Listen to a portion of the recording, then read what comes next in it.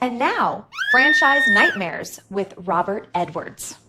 We've been on YouTube now for about 10 years, published hundreds of videos, yet every year thousands more people make terrible decisions and lose their money to franchising. So here's another video with real-world cautionary franchise tales that can happen to anyone. Today's franchise nightmare is a tale of hundreds of investors losing tens of millions of dollars to what basically amounted to be a scam. A few years ago, if you were on social media, you probably saw ads for a new restaurant franchise that was enormously popular. Influencers were covering it and supposedly extremely profitable to own. BurgerIm, based on the media hype, hundreds of people called them hoping to get rich by owning a franchise. Now, over the years, the franchise collected tens of millions of dollars from over 1,500 prospective franchisees who were told the franchise was very easy to operate and basically printed money. This was a surefire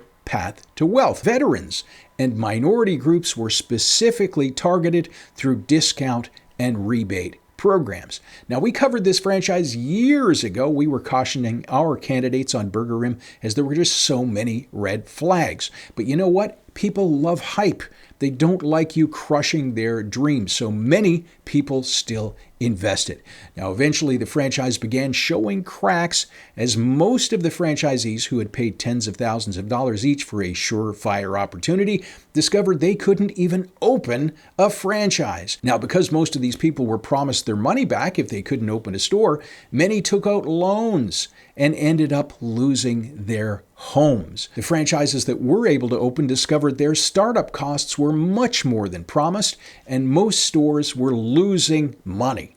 Now, complaints over the years piled and piled up, and finally, in a rare move, the FTC filed suit against BurgerIm. Now, ultimately, a federal judge ordered BurgerIm and founder Oren Loney to pay $43 million and be permanently banned from selling franchises. But if he agreed to cooperate and continue compliance, that monetary judgment would be suspended and reduced to a token amount of $1,000.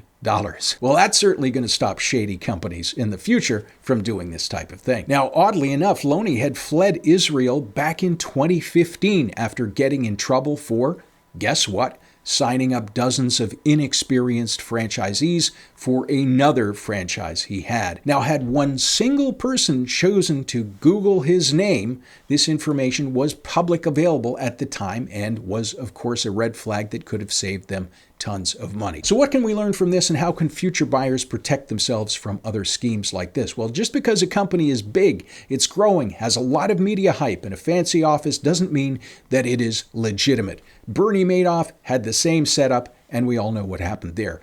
Do not equate established infrastructure with success or legitimacy.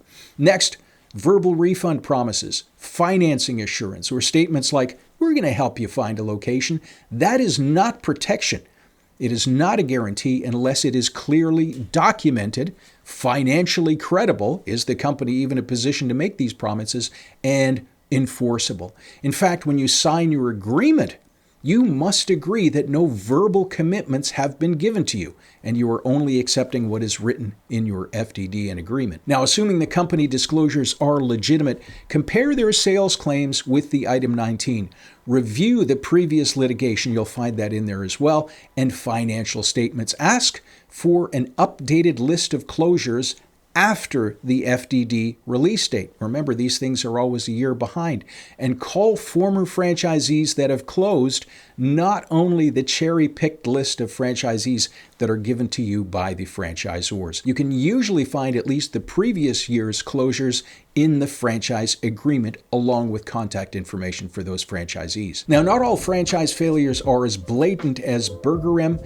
If you need help finding a franchise and avoiding costly mistakes, give franchise inspectors a call. I'll place that link above, and more franchise education on the link below. Thanks for watching.